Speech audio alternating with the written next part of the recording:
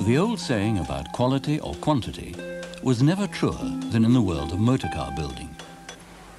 It's true that the mass production methods pioneered by Henry Ford and followed by most other manufacturers helped to put the world on wheels. But there's equally no doubt that the market for the carefully assembled, hand-finished, precision-engineered car is as strong as ever, in spite of world wars, recessions, and economic ups and downs of every kind.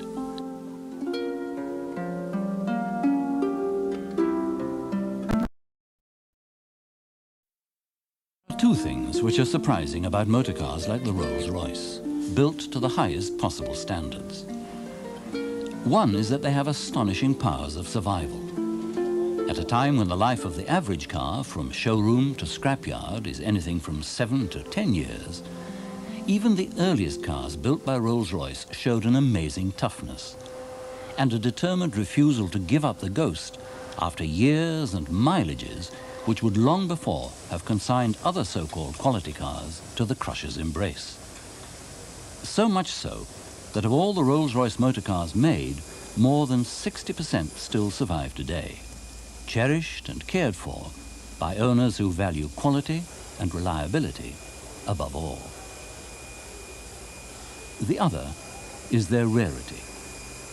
Of course, it's obvious enough that making a car with this kind of care is going to take longer than stamping out a mass-produced assembly line model.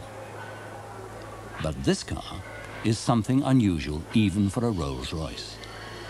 A limited edition of a very special version of the current Silver Spur called the Centenary. It's being built, along with 25 identical stablemates, to celebrate the 100 years of the motor car, and also to commemorate a very significant landmark in the Rolls-Royce Motors story, a centenary of a rather different kind.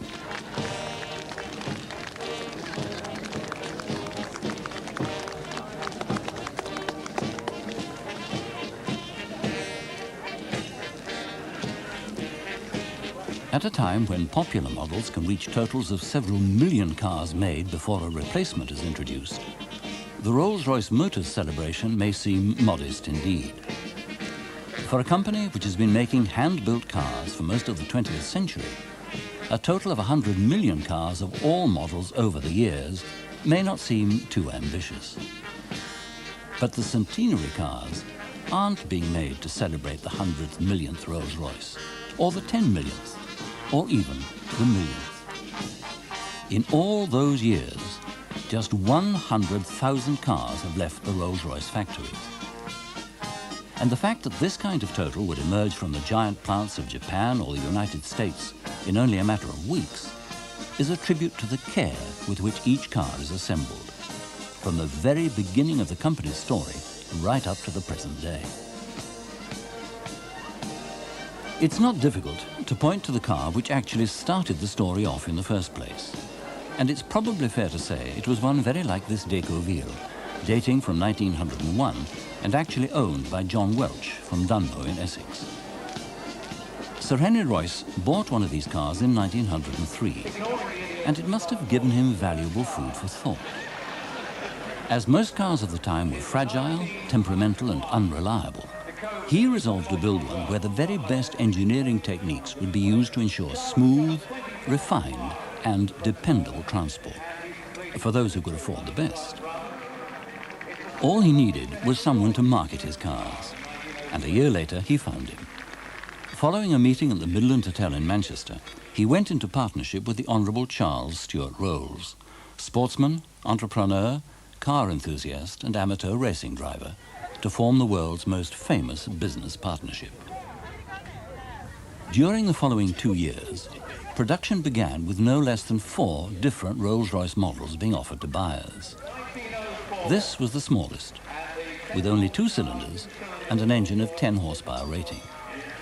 This particular one is called Susie, after its registration number SU13, and is one of only 3 surviving examples of this earliest and smallest Rolls-Royce. But already it's possible to see the guidelines that future versions will follow. The classic radiator shape, and the emphasis on sound engineering and careful assembly. But it was Susie's successors which carried the story forward over the next 20 years. The larger 20 horsepower model laid the foundations of the Rolls-Royce reputation for speed and endurance by winning the 1906 Isle of Man TT, with Rolls at the wheel. And the largest model of all, the splendid 40-50 horsepower, became one of the all-time classic designs, the Rolls-Royce Silver Ghost. This one belongs to Lord Montague of Beaulieu and dates from 1909, but it shows the style and the imposing proportions of the cars very well. Kept at the National Motor Museum in Beaulieu, it's in regular use for weddings as a tribute to its utter reliability. And that's a quality which was proved in this other Silver Ghost, 2 years younger. When the car was brand new and being used by the company as an experimental car, it was driven by E.W. Hives from London to Edinburgh, locked in top gear. A remarkable achievement on the rough roads of the time. The only halts were to take on fuel and to cope with the inevitable punctures. Every Rolls-Royce ever made is an heir to the company's long traditions. And 2 of those traditions can be seen on the front of today's cars. One is the famous linked RR logo etched in black on the front of the radiator. The other is the Flying Lady mascot, which dates back to 1911. Officially called the Spirit of Ecstasy, she was originally introduced to help maintain the dignity of the mark. There was at the time a fashion among many owners to fit all kinds of frivolous and flippant mascots of their own on top of the plain radiator cap. Far better, thought the company, to fit a more tasteful piece of sculpture to remove the temptation, and there she has been ever since. The mascot is still molded to the original design, though there have been some changes over the years. The original castings became highly prized and were easily removed, so owners carried spare plain caps to use whenever the car had to be left unattended. Today's Flying Ladies are fixed, but with a spring mounting to avoid causing injuries in the event of an accident. It was the Silver Ghost which took Rolls-Royce to the pinnacle of world fame. Different versions of the car were turned out until well into the 1920s, and in the end, more than 6,000 were made. Because of the kind of market at which the car was aimed, its virtues of solidity and refinement were more important than superficial engineering or styling changes. And it was actually tough enough and reliable enough to be pressed into military service during the Great War. And this is what the elegant and luxurious Silver Ghost looked like when dressed for war, carrying 3 tons of armor plate and a massive gun turret. More than 400 were made, and their users ranged from Lawrence of Arabia to the Royal Air Force. In fact, the last of them were only retired in 1941, a quarter of a century after they were first built, after serving in another world war. But for all its virtues, the Silver Ghost was essentially an Edwardian design, though the final production version was able to hold its own in terms of reliability with cars which were much younger. This 1921 Silver Ghost recently covered almost 4,000 miles touring through Sweden and Finland, Russia, Poland and Germany in 9 days on the road, a feat which would deter many cars a fraction of its age. But some owners wanted cars which were smaller and less imposing, while others wanted the traditional style and opulence. So Rolls-Royce replaced the Silver Ghost at last by 2 designs. The smaller, lighter Rolls-Royce 20 horsepower, which was to provide the basis for all the company's smaller models right through to the outbreak of war. It had a new overhead valve engine with coil ignition and a 3-speed gearbox. But the most obvious difference was the radiator. Still the classic shape, but now fitted with a set of horizontal shutters. The 20 proved very popular with customers, and almost 3,000 were built by the end of the decade. As always, the coach builders of the day provided a choice of alternative body styles.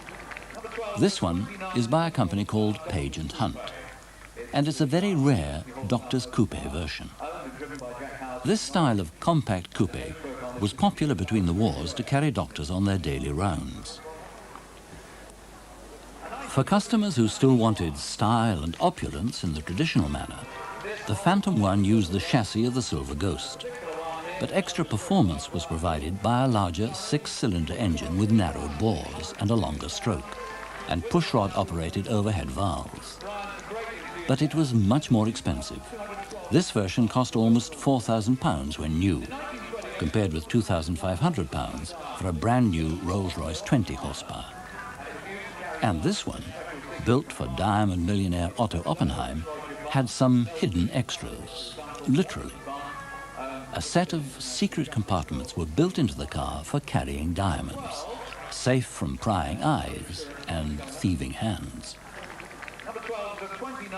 By the 1930s, several changes had taken place in the company, which were reflected in the cars they built. As coach-built bodies became bigger and heavier, engines had to be larger and more powerful to provide the power and performance which owners were looking for. The Phantom One gave way to the Phantom Two. This version dates from 1930, and it was given an entirely new chassis with improved springing and a lower center of gravity.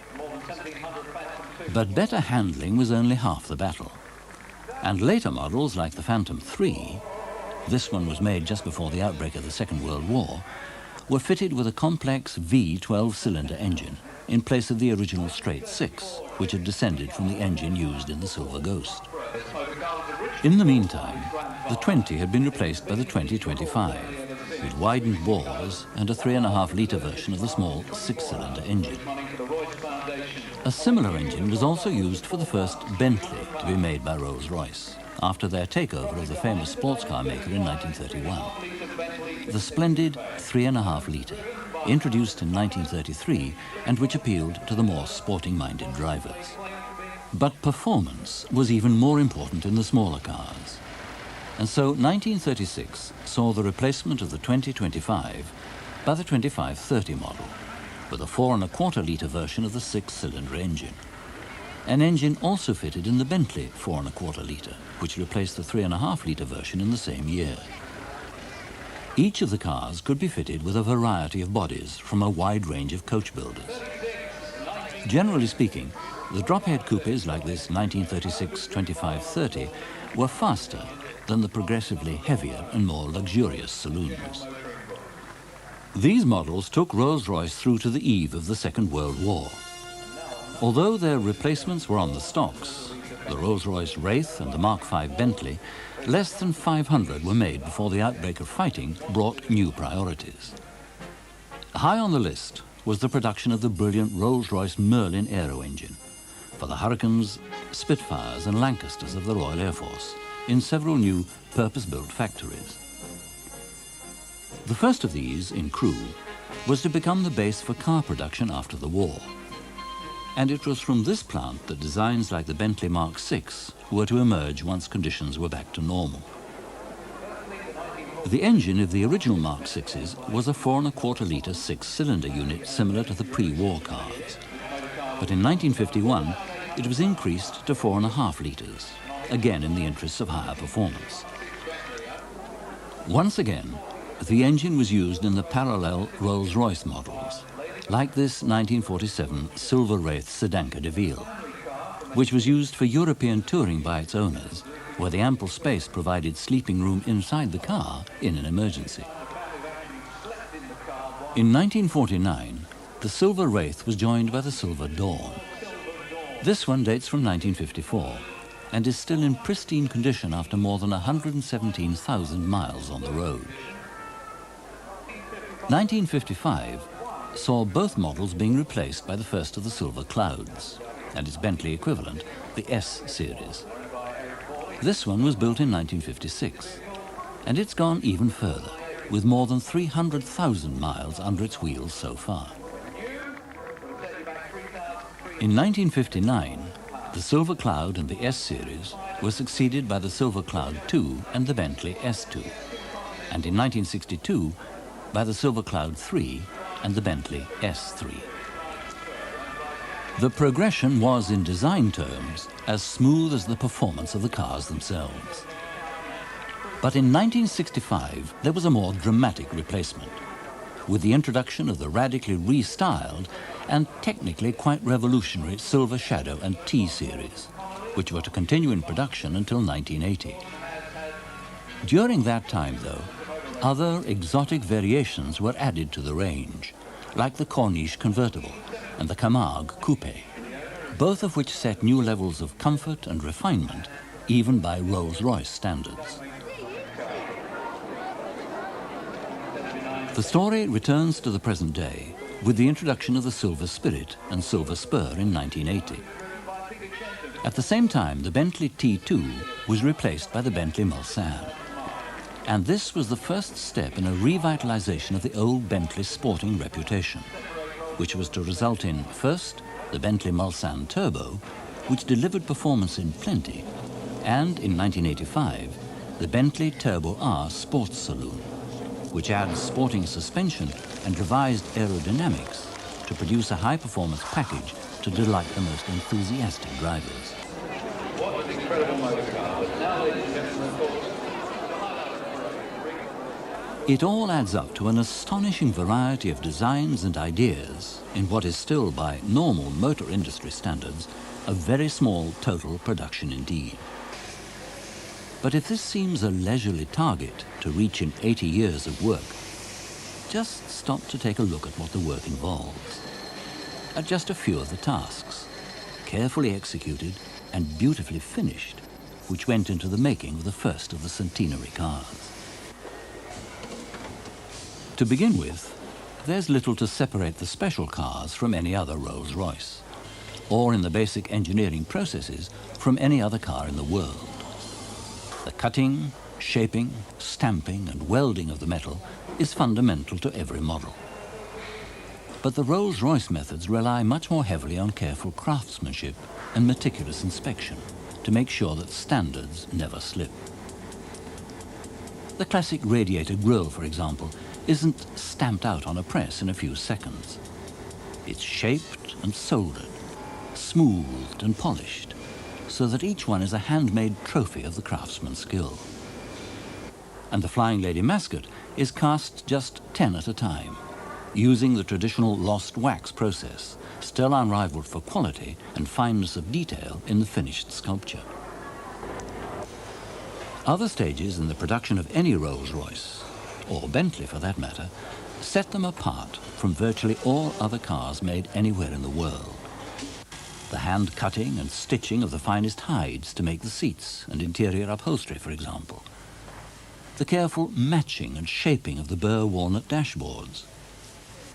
The hand assembly and individual running in of every single engine for every single production car made.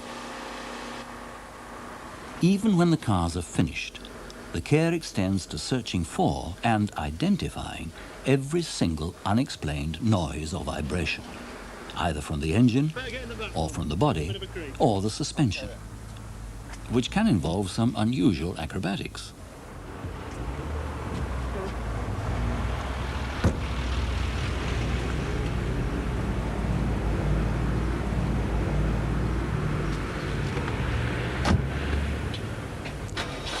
Yet even this kind of careful treatment falls slightly short of the prescription for the centenary cars.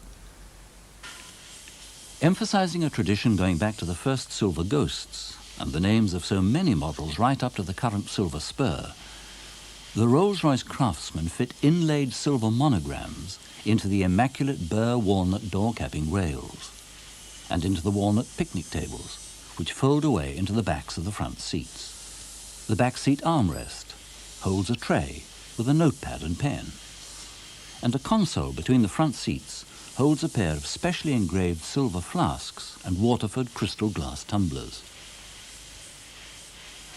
There are other special touches which stamp the cars as special collector's items. A plate inside the glove box which carries the original owner's name, a door plate which identifies it as a centenary model, and a special three-colour variation on the traditional coach builder's line along the shoulder line of the body and each individual wheel trim. And each owner will have a presentation case in the shape of the Rolls-Royce radiator containing a silver keyring, a silver ball pen, notepad and a commemorative engraved silver plate. It all adds up to a supremely elegant carriage, with the royal blue paintwork contrasting with the champagne-coloured leather and the blue deep pile carpets inside. Just 25 more of these very special cars have been made and sold to a select band of owners in the biggest and most important markets for Rolls-Royce and Bentley cars. 12 of them were sold in the United States, another 5 in the Middle East and Europe, and the remaining 8 have been sold in Britain. All the centenary cars were snapped up by eager buyers within days of the original announcement being made. But the original centenary car, the 100,000th Rolls-Royce, is bound for a different destination. It will remain at Rolls-Royce. This was assured when the 2 longest-serving employees of the Crewe factory, 58 years old Mrs. Margaret Green and 62 years old Jack Goodwin, presented the keys to the chief executive, Richard Perry, for his safekeeping.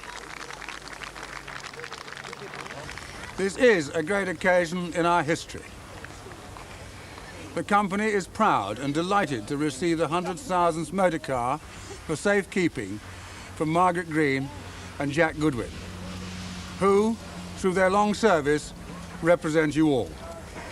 Our 100,000th motor car is the finest tribute which could be made to the qualities of excellence and superb engineering on which the Rolls-Royce reputation was founded. Rolls-Royce and Bentley motor cars are still the pride of Britain, and the rest of the world has been unable to make anything like them for engineering refinement and undeniable hand-built quality. I'm certain that both founders, the Honourable Charles Rolls and Sir Henry Royce, would have been immensely proud of the way in which their standards and traditions have been continued over the years. When people speak of our company's name around the world, their words of praise have real meaning and are a valuable recognition of your skills and craftsmanship. 81 years is a long time to produce 100,000 cars, but that fact speaks volumes for itself. This is one of the great milestones in our fascinating history, and I want you all to take considerable satisfaction from this ceremony because we know together that we have continued and often enhanced those qualities and standards established so correctly generations ago. The company's reputation is in our hands, and our sincere hope must be for the future, and those who follow us must do everything they can to cherish what has been accomplished through the hard efforts of past years. It is our responsibility to preserve the best of what we have and to strive to set the new goals of tomorrow to ensure the most coveted title, makers of the best car in the world, remains well and truly where it belongs, among people who care about their skills, who cherish the fragile prize called reputation, and who continue to move the company forward to new heights and achievements.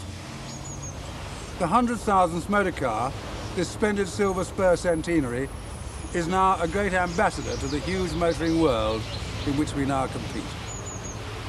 I'm delighted to receive these keys and registration documents into the company's custody and to thank everyone here and at our coach building company, Mulliner Park Ward in London, for their support and continuing cooperation in meeting our business plans.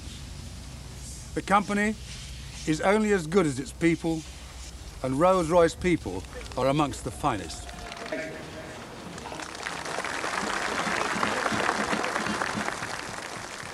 The 100,000th car will join another special Rolls-Royce. This one dating from 1907 and currently valued at £500,000 in a special customer reception centre to be opened next year. This is the original Silver Ghost, which has already covered over 500,000 miles, showing would-be customers something of the Rolls-Royce virtues. It's a message which the buyers of the cars seem to have taken to their hearts over the years, as it's estimated that as many as 65,000 of that first 100,000 cars are still in existence. And there, in time, the Silver Ghost and the 100,000th car, the Silver Spur Centenary, may well be joined by another special Rolls-Royce. The company's 200,000th car and its successors.